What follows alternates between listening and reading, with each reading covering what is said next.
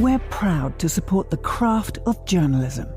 UBS brings you the latest news from around the world with The Globalist on Monocle Radio. Be part of an international network that brings together leading insights, research, and technology across 24 time zones and 12 key financial hubs, with you at the center of it all. UBS. Advice is our craft.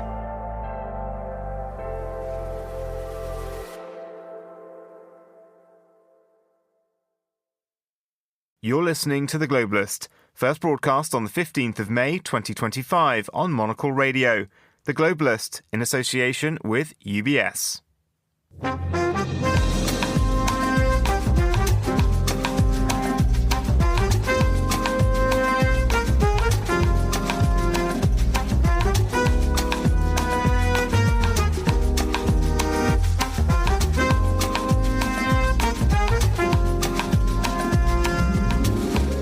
Live from London, this is The Globalist. I'm Vincent McAviney. Coming up.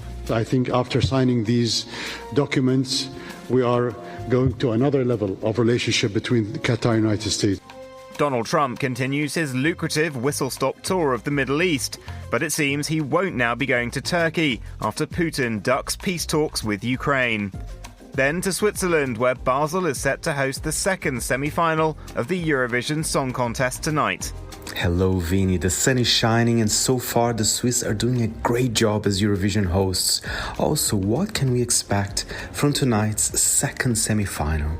Plus, a look at the day's newspapers, a check-in with the London Craft Fair, and the latest from the art world. That's all ahead on The Globalist, live from London.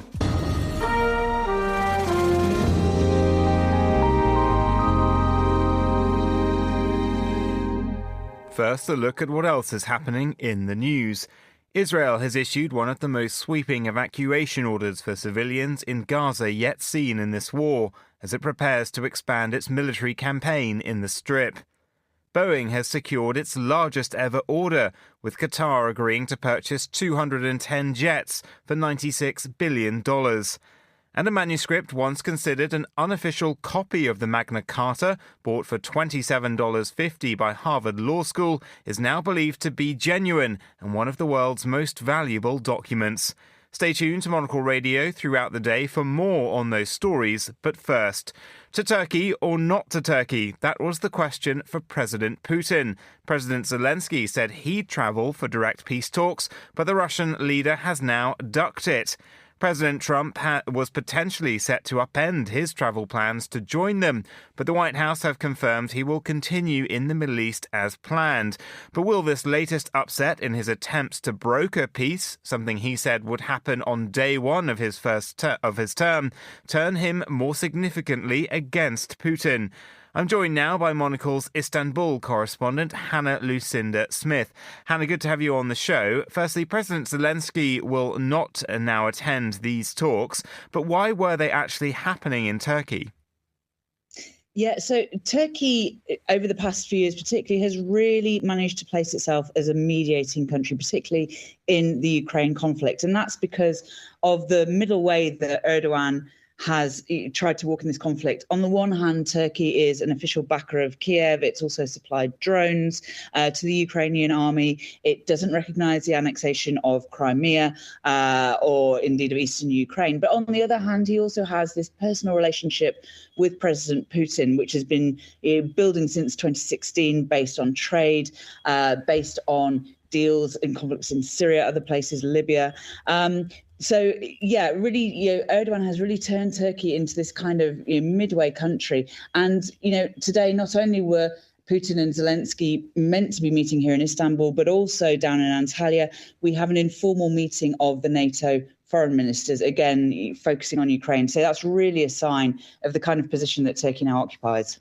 And Turkey has been a long time a member of NATO, but in recent years it has sort of frustrated allies. I remember a few years ago it purchased some Russian munitions and weapon systems that they weren't particularly happy that it had obtained. Has it sort of reclaimed its standing in the alliance?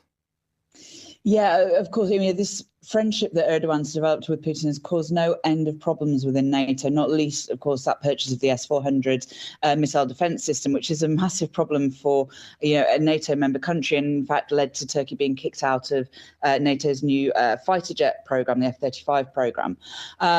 But in recent years, it's almost, out of expediency, Turkey's kind of been brought back into the fold. Also, if we look at the kind of domestic problems here in Turkey, obviously the Istanbul mayor was arrested at the end of March. There's been huge waves of arrest of political opponents. If this had been 10 years ago, you would have had European leaders openly criticising Erdogan. He would have been almost a pariah. But today, in the situation that Europe is in, where Donald Trump is kind of pulling America out of the European Security Alliance, Turkey has become ever more important. And we're seeing, European countries kind of brushing these domestic human rights issues aside simply because they need Erdogan. And in terms of what will now happen, NATO meeting, potentially smaller delegations of Ukrainians and Russians meeting, what can we expect? Yeah, well, of course, the big thing about this meeting that was meant to happen in Istanbul today was that it was going to be the first face-to-face meeting between Zelensky and Putin since the start of the war in Ukraine.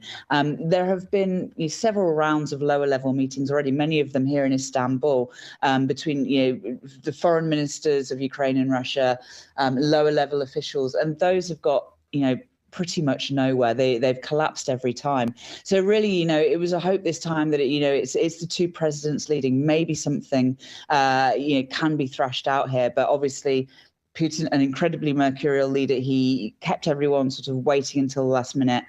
Then decided very late last night that he's not going to come. And now, of course, also Zelensky, Trump also pulling out. So really, the whole thing seems to have fallen apart.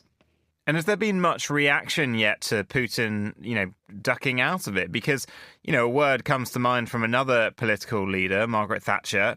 Is he frit? Is that what people are saying? Yeah, either that or, he's kind of, showing that he still has the ability to play other world leaders. I think Donald Trump, as you mentioned in your intro, put a huge amount of faith in his own abilities to kind of strike a deal on this. You're saying the war's going to be over on day one of my presidency. I can strike a deal. Well, he's dealing with a very different character here. Putin is not a leader who kind of, sticks to his word or, plays by the rules of international diplomacy. So I think, it's quite an embarrassment for Donald Trump. I think he was really hoping to sell this as a major success. And of course, that's not how it's worked out.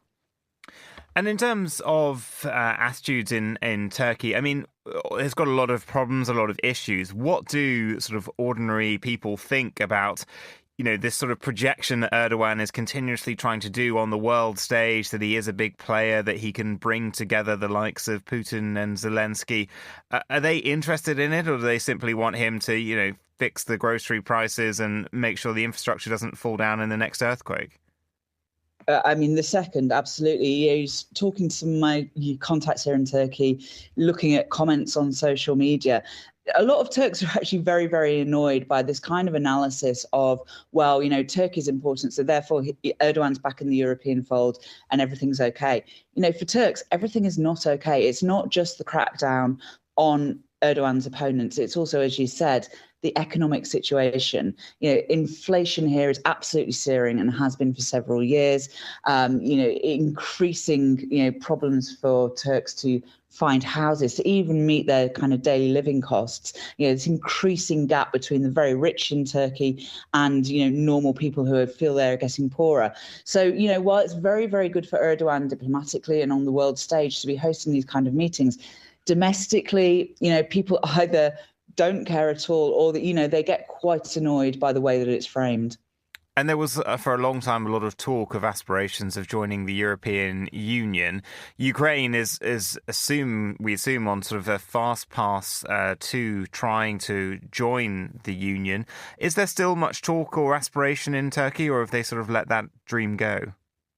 Yeah, I mean, there's some really interesting surveys looking at normal Turks' attitudes towards Europe. If you look back at the start of Erdogan's tenure as prime minister, first of all, back in 2003, there was overwhelming support in Turkey for joining the European Union. There was this sort of sense of momentum, a sense that Erdogan was going to be the leader who was going to get it done, who was going to reform, human rights laws in Turkey and really bring Turkey into the European fold. And there's a sense that, of course, things that have happened in Turkey have delayed that. But also there's a sense that Europe hasn't been totally honest with Turkey and maybe never really wanted it in the fold. And now there isn't a sense that that's going to happen anytime soon. The focus has shifted instead to renegotiating Turkey's customs deal with the EU. So far more focused on pragmatism, on kind of transactionalism, and in tandem with that, the kind of enthusiasm for Europe has really, really dropped amongst Turks. And finally, last question. Turkey, like all nations around the world, will have been hit by tariffs from the White House. How have they gone down? And was Erdogan trying to sort of curry some favour with Donald Trump by hosting him potentially for these talks? Yeah, I mean, I think that's part of it, as with every country in the world. But also, Erdogan and Trump, they're kind of similar characters. We saw this in the first Trump presidency as well. There would be times when they would, publicly clash. I don't know if you remember the time when Trump sent this sort of open letter to Erdogan saying, let's make a deal, come on, be sensible. But then at other times, they seem to understand each other very well. And there was a phase in that first term again when, their son-in-laws were meeting, deals seem to be being cut behind the scenes. So I think they are two leaders who understand each other very, very well. And Erdogan is certainly hoping that in this second Trump presidency, he can build some kind of personal relationship with Donald Trump. Hannah Lucinda Smith, thank you very much. This is The Globalist.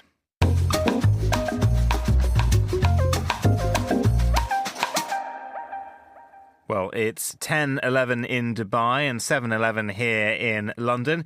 And it's to the United Arab Emirates that Donald Trump is heading next on his first major tour of his second term.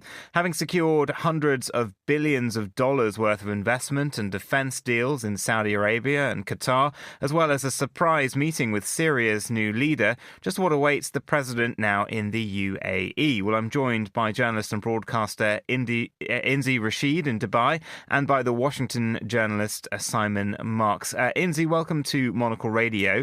Firstly, what are we expecting to see on the Dubai leg of this trip?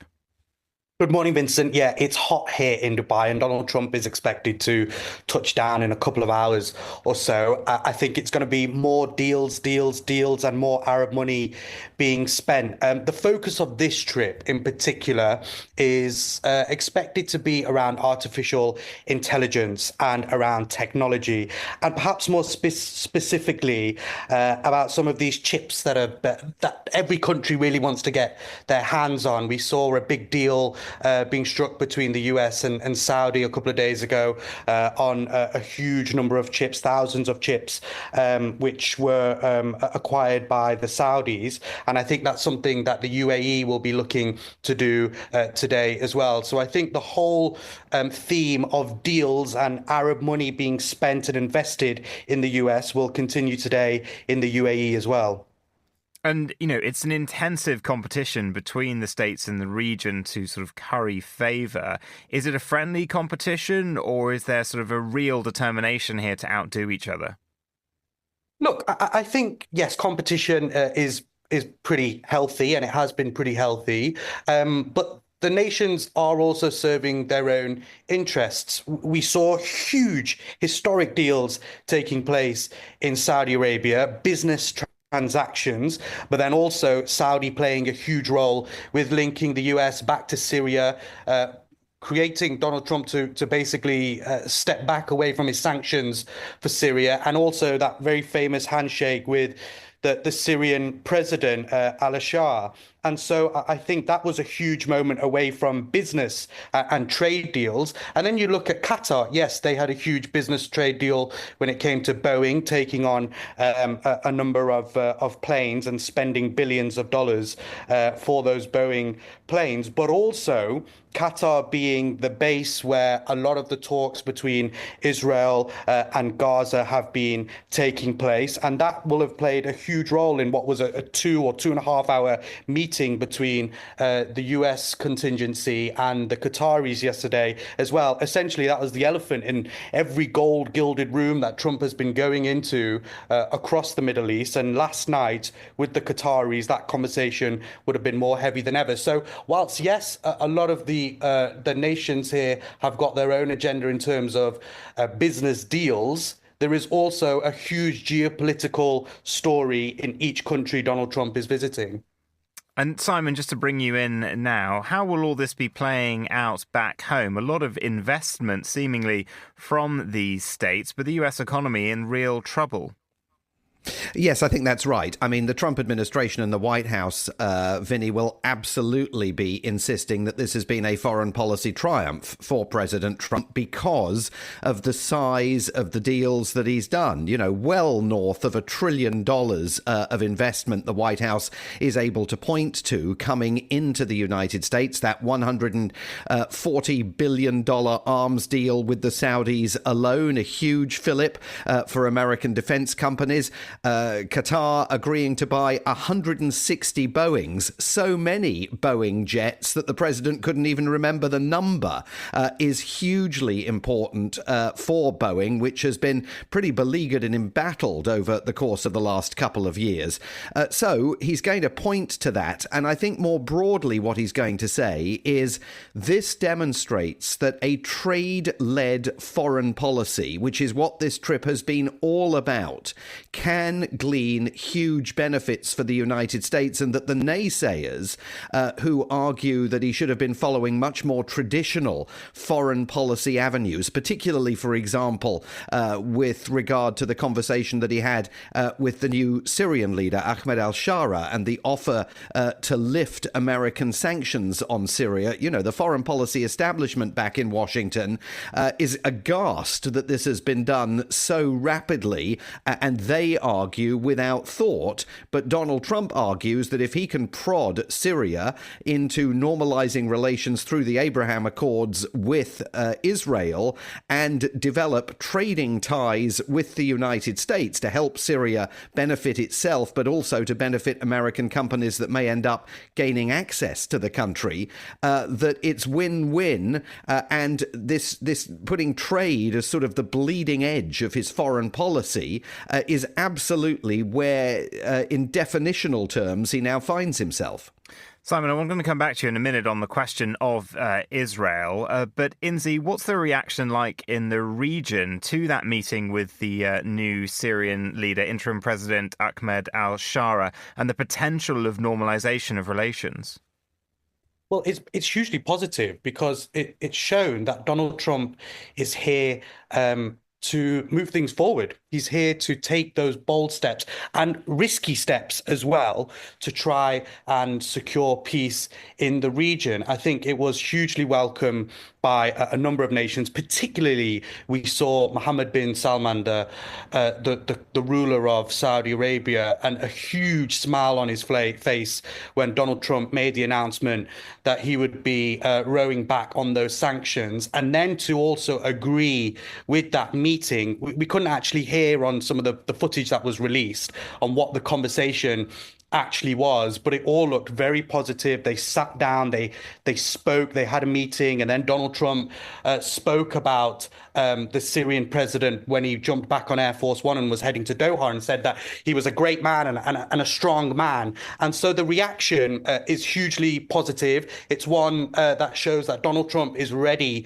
to be at the table and to bring peace to this region, and that's hugely welcomed by the leaders across the Middle East.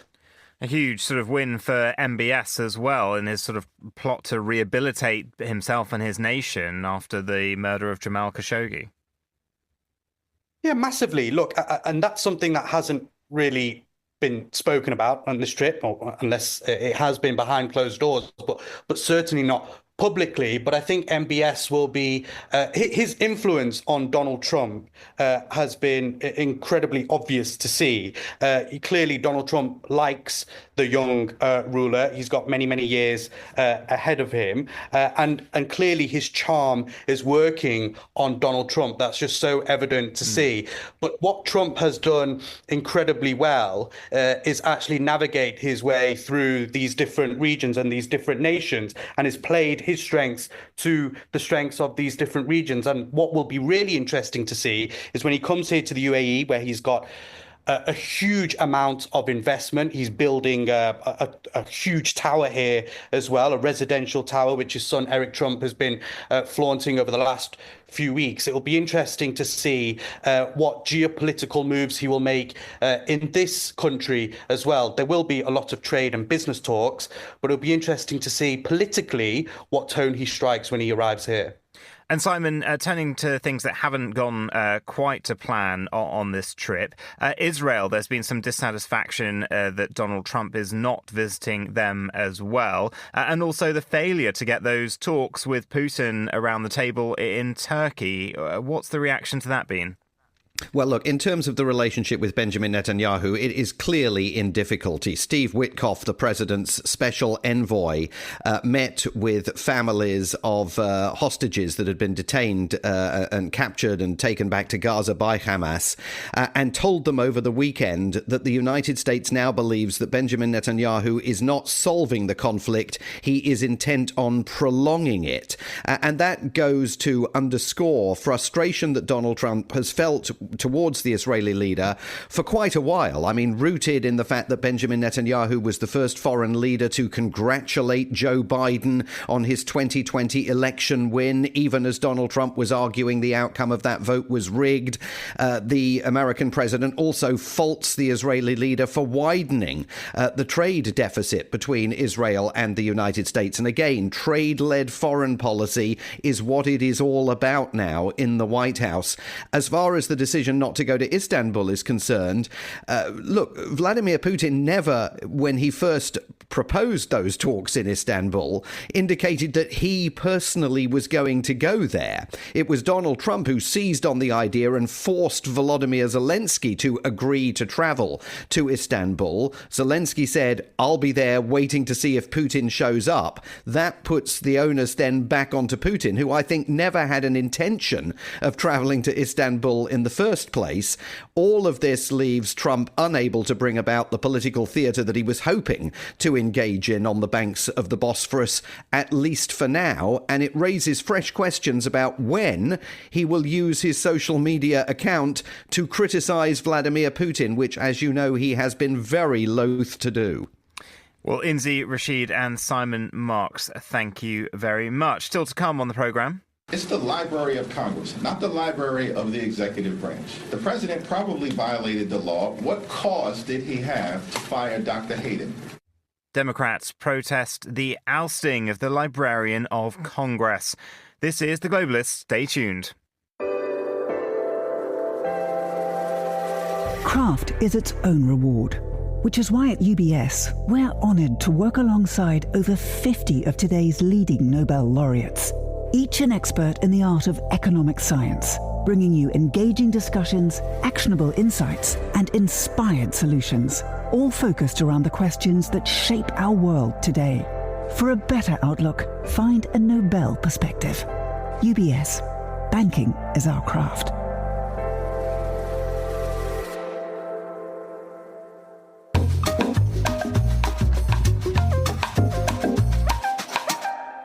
Well, let's continue now with today's newspapers. I'm pleased to say joining me in the studio is Inga Thorda, Chief External Relations Officer at the Ocean-Born Foundation and a former senior editor at the BBC and CNN. Inga, welcome. And I understand that you are just back from Iceland for a very special movie. Yes, that's right. I had the absolute pleasure of sort of looking after the premiere of David Attenborough's film Ocean with David Attenborough in Iceland.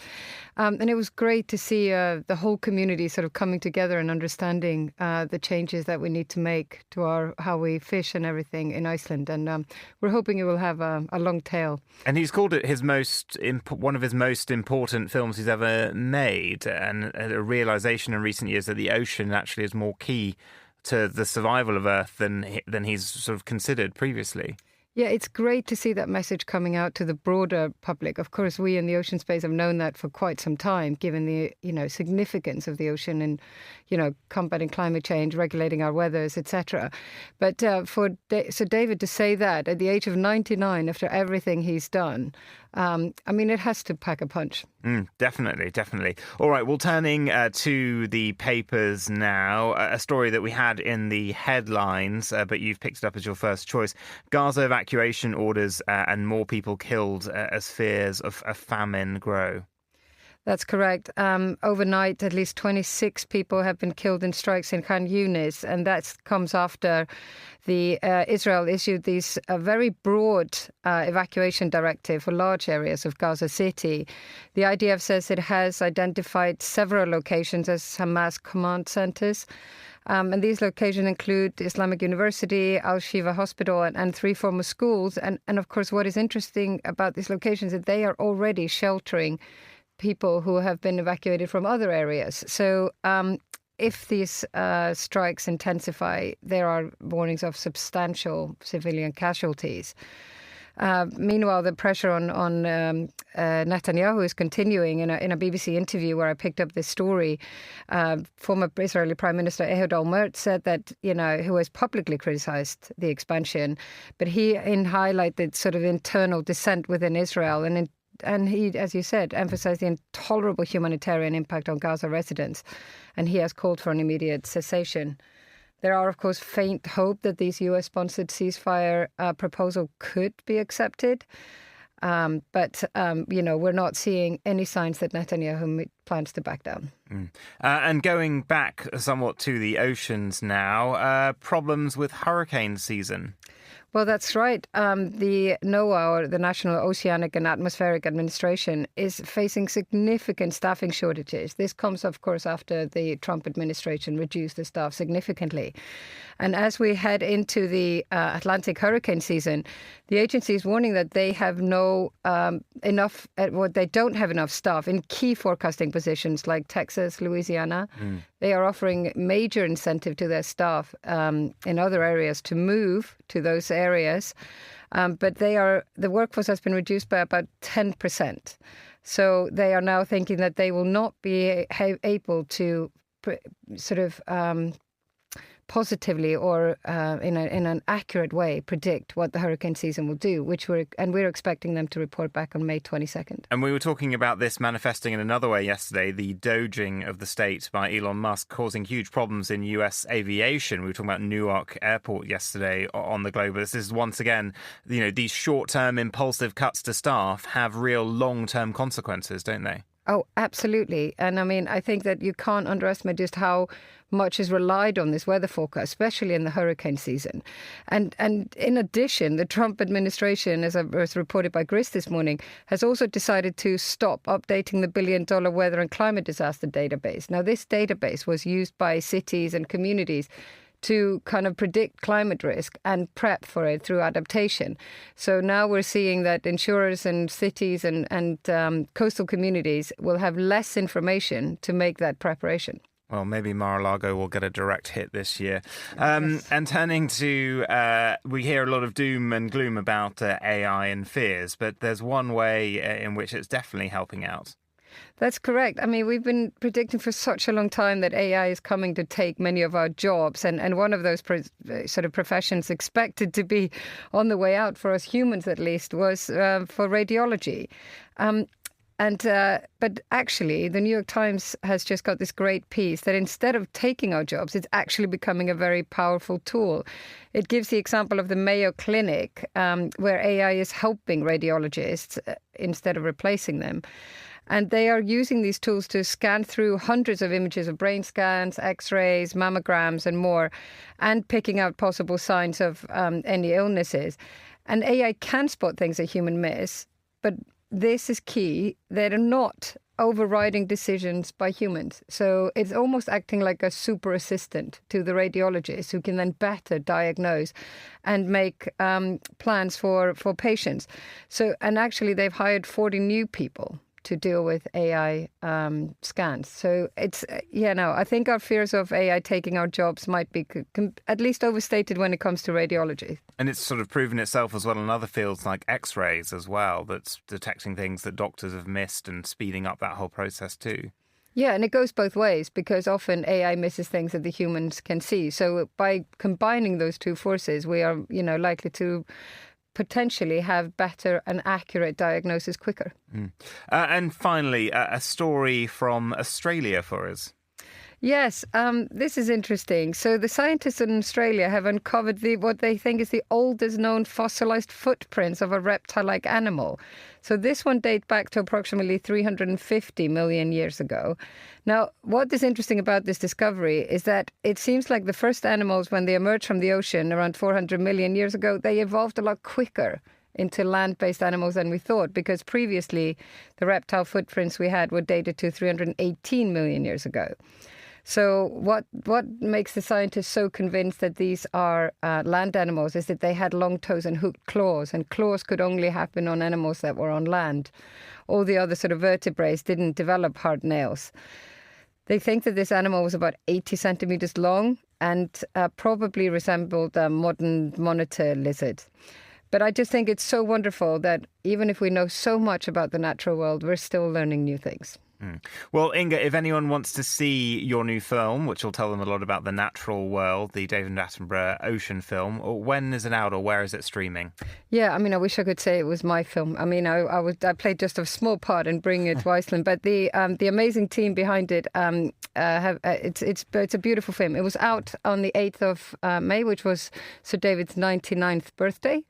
And it's in cinemas everywhere right now, and I really just encourage everyone to go and see it. Great. Inga Thorda, thank you. Here's what else we're keeping an eye on today. Israel has issued one of the most sweeping evacuation orders for civilians in Gaza yet seen in this war. Large swathes of Gaza City, an area already partially destroyed by bombing, have been declared unsafe, with residents taking shelter there told to leave ahead of intense strikes by the IDF. Boeing has secured its largest ever order, with Qatar agreeing to purchase 210 jets for $96 billion. The deal, signed during Trump's visit, is a shot in the arm for the beleaguered manufacturer after a series of technical issues saw a dramatic slowdown in orders. And a manuscript once considered an unofficial copy of the Magna Carta, bought for $27.50 in 1946 by Harvard Law School, is now believed to be a genuine version and one of the world's most valuable documents. This is The Globalist. Stay tuned.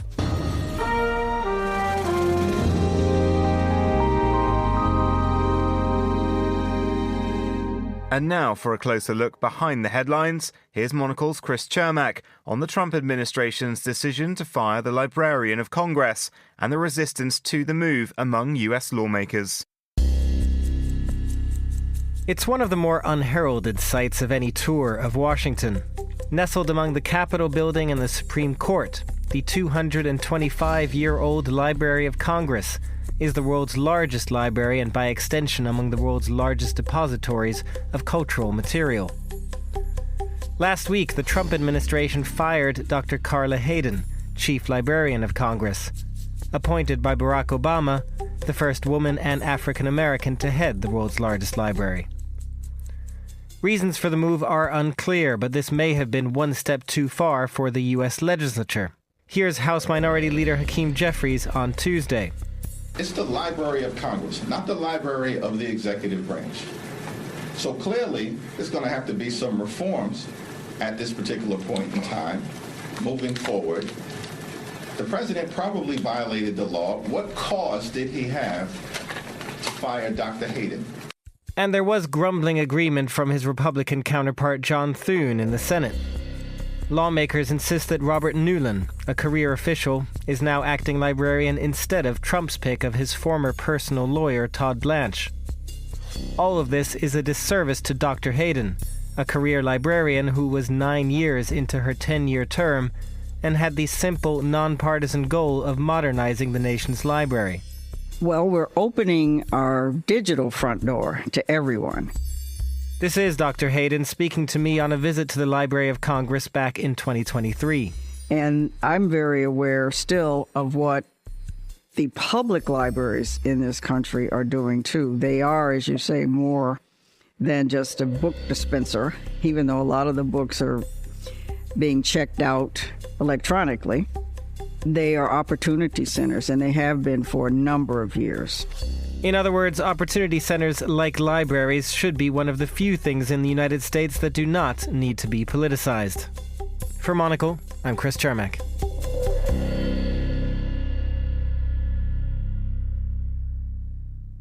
That was Monocle's Chris Chermak. For more from Monocle's editors and correspondents, why not sign up to our free daily newsletter, The Monocle Minute, at monocle.com/minute.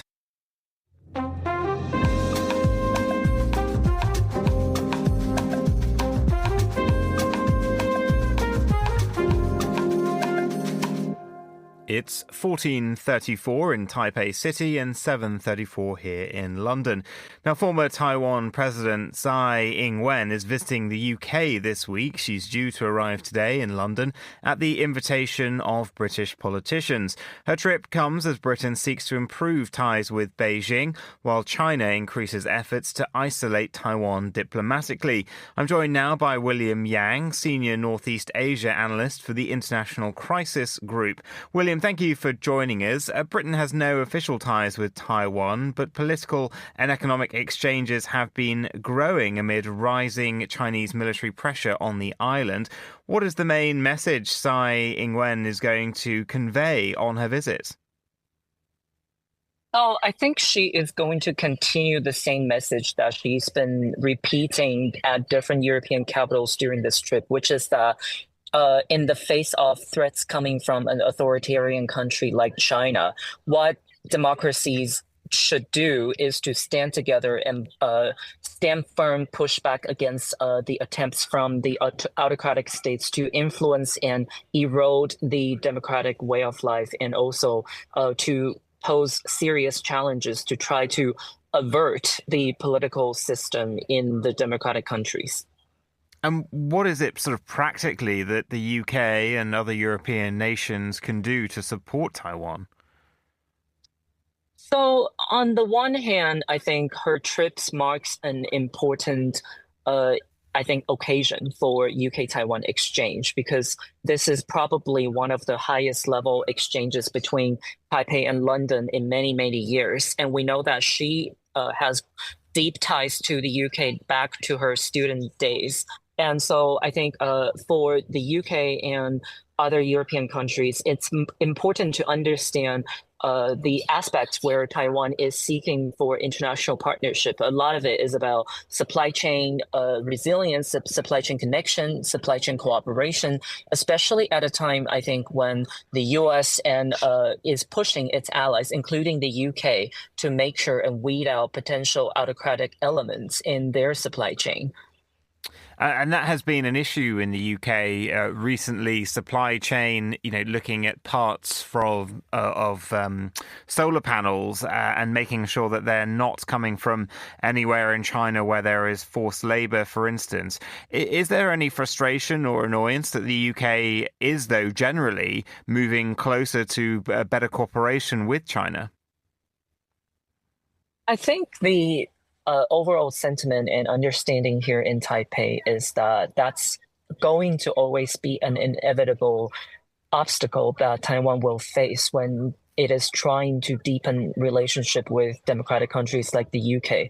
Because after all, China does have a lot of economic influence and a huge market for most of the middle powers to actually continue to maintain their economic growth and industrial growth. And so what Taiwan can do against this backdrop is to find areas where Taiwan clearly has an advantage and also unique value to provide to these countries. And so the semiconductor industry, for example, is one of Taiwan's strongest crown jewel, and it has become one of the most effective tool and ways for Taiwan to deepen relationship with different countries. And Taiwan has reported many Chinese military aircraft and naval ships around its territory over the past 48 hours. Are there any concerns this trip could provoke some sort of retaliation from Beijing at all?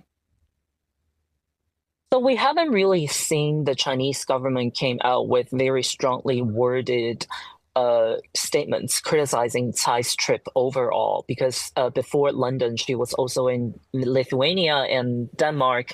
I think the fact that she's already a former president reduces the need for China to show its anger or display its displeasure through these more obvious and, larger military actions. But nonetheless, I think the UK also already prepared for potential backlashes coming from Beijing. So the way that the trip is being handled and the timing that the trip is happening, because we know that originally the trip was scheduled for last year, but it got postponed due to some political reasons or considerations at least. And so I think the UK has been handling this particular trip in a very careful way. So I don't think that we will likely see a very major military reaction coming from China with regard to this trip. William Yang, thank you. You're listening to Monocle Radio.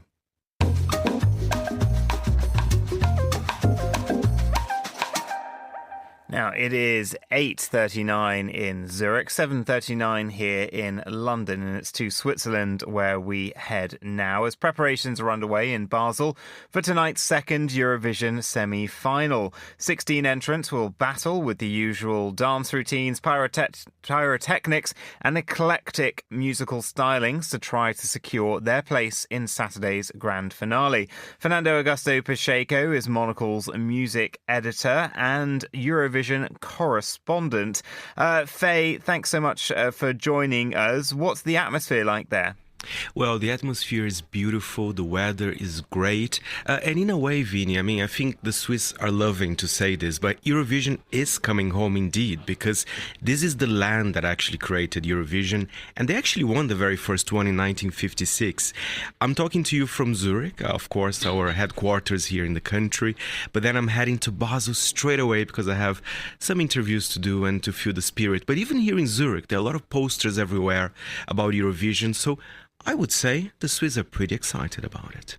And what's been the highlight for you so far, Faye, and who are you looking forward to talking to today? Well, you know what? I was pleasantly surprised when I was watching the first semi-final on Tuesday. There's always like a sketch, talking about the country. I have to say, I always have high expectations for Sweden. They have a good sense of humor. They make fun of their own country. It's always entertaining to see. The Swiss did something very similar. They had a sketch called Made in Switzerland, being proud about all of their achievements. They invented so many things, including democracy and Eurovision, but the hosts were pretty funny. So I think they took this lesson from their Swedish counterparts as well. So I like the tone so far, because some Eurovision hosts, they can be, let's be honest here, a little bit dull and robotic. Not the case of the Swiss this year, I would say. Yeah, not sure they invented democracy. Well, more or less, let's say. Okay. There's been controversy online about that, actually. I have to tell you this as well. Yeah. And in terms of this second semi-final tonight, who are the favourites? Who do we think will do well? Well, it's a pretty strong one, as always. We have Austria, JJ, Wasted Love. This is the second favorite song to win the competition. It's very operatic pop, if I can describe. So it's very passionate, emotional, beautiful vocals by JJ. And Austria is a very consistent country, Eurovision-wise, I have to say. And of course, personally, Vinny, my favorite entry this year from Finland, Erika Wickman with Ich komme. I mean, she's incredibly fun. I did an interview with her, so for those who want to tune into the Monocle Daily tonight. It's quite a sexy performance, if I may say. So I wonder how will it connect actually to some of the voters. We have Australia singing about milkshake. I think it's been a year for drinks. The Estonian guy went for espresso macchiato, but the Australian guy is all about milkshake. He's the milkshake man. Some Sabrina Carpenter influence, do you think? Perhaps. We all need a little bit of an espresso or a milkshake or something like that. I'm lactose intolerant, so I couldn't really possibly. No, sorry. And turning to another nation, because this is a little bit, my 50s are too big for my wallet and my diamond shoes are too tight. But Sweden, their national broadcaster SVT, is getting concerned because they're once again a favourite to win, but they think that it's going to be too expensive to host it yet again. They were hosts last year. Yes, I mean, they're having the Ireland syndrome from the 90s when, Dublin, hosted almost 3 years in a row. And of course, it is an expensive event to do. Even the city of Malmö said, listen, we are not actually going to even try to be a contestant in case Sweden wins. And the reality is, SVT said they didn't turn a profit when they hosted in 2013, 2016 and 2024. And there's another thing that was quite interesting. Earlier this year, I spoke to Martin Osterdahl, the Eurovision executive, supervisor. We played it on the Globalist yesterday, yeah. Exactly, and he was telling me that, Eurovision is quite unique for a big event because they don't have that much time to plan it. Because, they decide the city, let's be honest, around 9 months before the event really starts. So unlike, let's say, when a city is hosting an Olympic or an sports or Super events. Bowl or something, a big TV event, yeah. They've got exactly. Years. Yeah. So it's really, really fast-paced. So sometimes cities, they can't really handle. But I think SVT will be hosting. I think they'll just make it a tiny bit smaller, perhaps, which is not a good thing. It's not something you would like to listen as an Eurovision fan. And, last year was very much overshadowed by controversy over Israel's inclusion. Now, there is still this year some controversy over that inclusion, but it doesn't seem to be dialed quite as high as it was last year. Not as high as last year. Last year was quite tense, even among some of the contestants that didn't agree with the participation of Israel in the event. We had, the Dutch entry had to be removed, not just because of his opinion to Israel, was among other factors. There will be some protests in Basel for sure. I think some countries expressed their concern already. But, I almost understand EBU's position. It is a really tricky one because, for example, when Russia was expelled,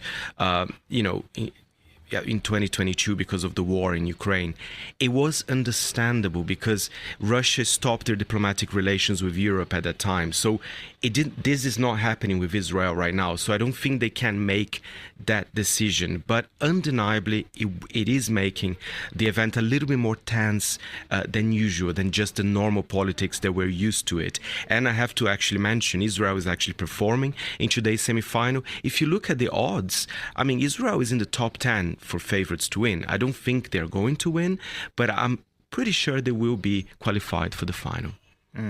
And finally, Faye, I mean, Eurovision just keeps getting bigger. The stadium is sold out, 36,000 people expected for the grand final on Saturday night. What do you think we can expect from the show, and will you be there yourself? Absolutely, I'll be there. I'll be there standing and dancing. And it's funny what you mentioned, Vinny. There will be a football stadium, as you mentioned, 36,000 people watching. And this is just a viewing with a big screen that just tells you how much people are excited for the event. Because the venue itself is actually not that big. People don't realize this. It's only about between 5,000 and 6,000 seats. So I think they have to create other spaces so people can watch it for those who doesn't have the ticket. But, there's the Eurovision Village, which actually I will be visiting as soon as we're done here with the interview. So it is attracting a lot of investment, a lot of tourists as well. So I still think it's a good deal for a city to host the event. But, I'm the eternal optimist here. Of course, the sunshine of the Monocle office. Fernando Augusto Pacheco, thank you very much for joining us and enjoy your day in Switzerland. This is The Globalist on Monocle Radio.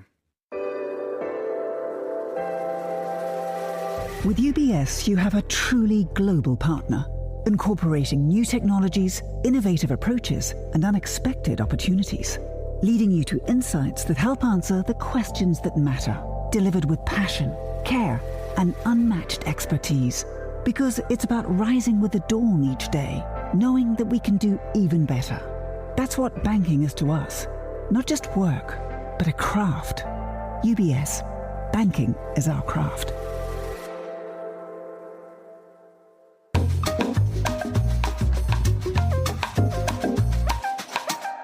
Well, global craft making is being celebrated at London Craft Week since the start of this week, bringing together more than 1,000 makers and designers from the UK and around the world.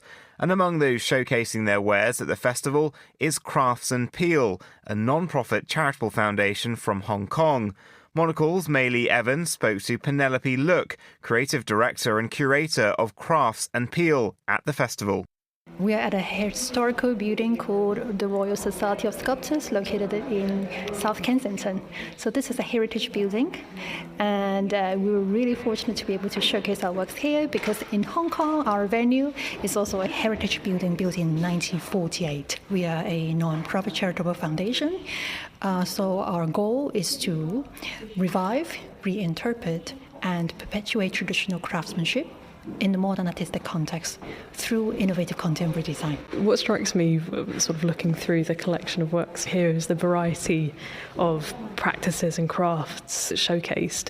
Walking through, we've got rattan, we've got neon, we've got silversmithing, amongst many others. Tell me a bit more about your program and how you think about showcasing these very, very different practices and why those ones in particular. Hong Kong is a very cosmopolitan modern city, but then there are still quite a number of these craftspeople working tirelessly, and what inspired us so much was that they spend their whole life doing one thing for the whole life. When we started off this project, this is what motivated us to start to do something. And at the very beginning we thought that we could preserve these crafts, but then after about a year of research and going to different studios, ateliers, maker studios, we realized that by only preserving these crafts, we will not be able to survive at all. That's why we thought about whether we will be able to open up the dialogue between the craftspeople with more experience, and then we be the matchmaker to connect them with the younger generation of artisans, so that these folk wisdoms and all the techniques that has been kept by these craft master could be passed down to the next generation. And because most of these craft masters may not even have apprentices throughout their lives, it's inevitable at the end these crafts would die out. So why don't we breathe new life into these crafts through these modern design and through our crafts fellowship program, which are what you see here. These are the fruits of the crafts fellowship program that we incubated in the last few years. Altogether, we have incubated over 50 of these projects. And today, and you have seen 6 of them. What does that mean in practice? So matchmaking those really experienced makers with those who are curious and want to learn. What does that look like, or what are the things that they are exploring together? Apart from the craft techniques, which is the core of what they're exchanging, I think it's the cultural differences and the cultural significance that lies underneath the meaning of the craft work that they are doing. Many of these traditional crafts are closely tied with our daily practices, and then the original usage of these craft objects are more like a utilitarian elements. Instead of just something beautiful, they have something very practical to be used as well. By sharing the cultural significance and also how it ties with our history, ritual, and also daily practices. This gives you a better idea of why these crafts are worth continuing. Instead of just saying, oh, we have to preserve it in the way how it looks like right now. So it gives a bit more room for the creation and the innovation of the future of crafts. What is it like exhibiting here, bringing all of these wonderful pieces to another city? For this edition, we are having a lot of cross-generational and also cross-cultural collaborations. We hope this would be more interesting in a sense, so that you can come, enjoy, regardless you like a particular type of craft or you would like a particular culture as well. So it's a melting pot. You can touch all the works that you see. Something quite different from possibly the rest of the exhibition that you see. Penelope Look of Crafts and Peel, there in conversation with Maylee Evans. You're listening to The Globalist on Monocle Radio.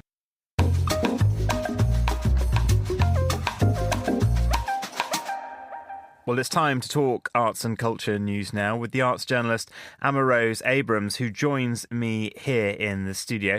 Amma Rose, nice to have you back. Where are you taking us first? The first place I'm taking you today is to Photo London, which had its preview day yesterday. And it's under new directorship from Sophie Parker, a young woman directing an art fair, which is not normal. Mm-hmm. But she's done a fantastic job. Essentially, what she's brought to the fair is expanding the emerging photography section. So we get the booths in the middle in Somerset House, of the very established photographers and what you might expect, some Bill Brandt, some beautiful celebrity photography, stunning landscapes. And then if you go deeper into the building in Somerset House, you find positions and the discovery section, which focuses on unrepresented photographers and emerging artists. And so you get kind of a deeper dive into the contemporary photography world. And it's on until the 18th of May, is that right? Yeah, that's right. And and I think you can pop down. I think tickets are about £30. Okay, great. And going across the Atlantic now, New York. Yes, New York. I was in New York at the weekend, which was fun. Mm-hmm. I'm a little bit tired. So they had Freeze Week and they had TEFAF, Independent, NADA, all these fairs opening. But then it's kind of a prelude for the traditional auctions that take place there, spring and autumn. So, and this week's auctions have kind of been a little bit lukewarm. There was a lot of anticipation because, the art market's been a little bit slow. There was a lot of anticipation around how these sales would perform and whether it was be an indicator of improvement and what people could read from them. And essentially, while female artists have done very well, the general trend is for everything to be selling for below its estimate and being quite slow, like a few non-sales. One big item not to sell was a bronze Giacometti head, which was estimated at 70 million but was not sold, didn't reach its price. And I think people are quite concerned about that because it's such a marquee item and you would expect that always to sell and maybe be one of the big tickets, but it didn't reach its estimate. And so people are a little bit concerned about that. And why do people think it didn't sell? I think they think... And this general slowdown... Yeah, general slowdown and also maybe an indicator that these kind of big hitting kind of works, these super famous works by super famous artists that will always sell well, that the market for them is slowing down. Mm-hmm. And what does that mean for people further down the food chain? It could be good. Okay. And so maybe... a little early to tell, but I think it could be good because then you see Marlene Dumas, a wonderful South African painter, super famous. She has superseded her record and the record for a female artist at auction, selling for I think $11.9 million. I'm not sure if that's with or without fees, which is kind of a big thing. But and that's a huge deal. But then maybe it's an indicator that people are looking elsewhere. That it's not so much about the kind of star items for your collection, that people are looking deeper into art history. There's been all these kind of we've been having a big look at the canon and look at art history and what we prize and value. And maybe this is now filtering through at auction, but I think that's with a downturn. And now going to Egypt, and this long-awaited museum has got some new acquisitions. Yeah, exactly. This is the museum in Giza, which is kind of opening on the 3rd of July, much anticipated. And they've started to transfer items from Tutankhamun's tomb from Cairo to Giza, with the announcement that they're going to have all the items from his tomb displayed in Giza. And they're saying that 160 treasures have been transferred, and they've been handed over from one museum to the other, while the museum in Cairo is saying it will still have some good bits. Okay. Underlining that for everybody. It will be eventually everything, including, the iconic, legend, one of the most famous antiquities of all time, Tutankhamun's funerary mask, will be displayed in Giza and not Cairo. Wow. Well, Amma Rose Abrams, thank you very much for joining us here on The Globalist. That is all for today's programme. Thank you to our producers, Laura Kramer and Chris Chermak, our researcher, Francesca Gilks, and our studio manager, Elliot Greenfield. After the headlines, there's more music on the way. The briefing is live at midday London time. I'll return with The Globalist at the same time tomorrow. I'm Vincent McAviney. Thank you for tuning in.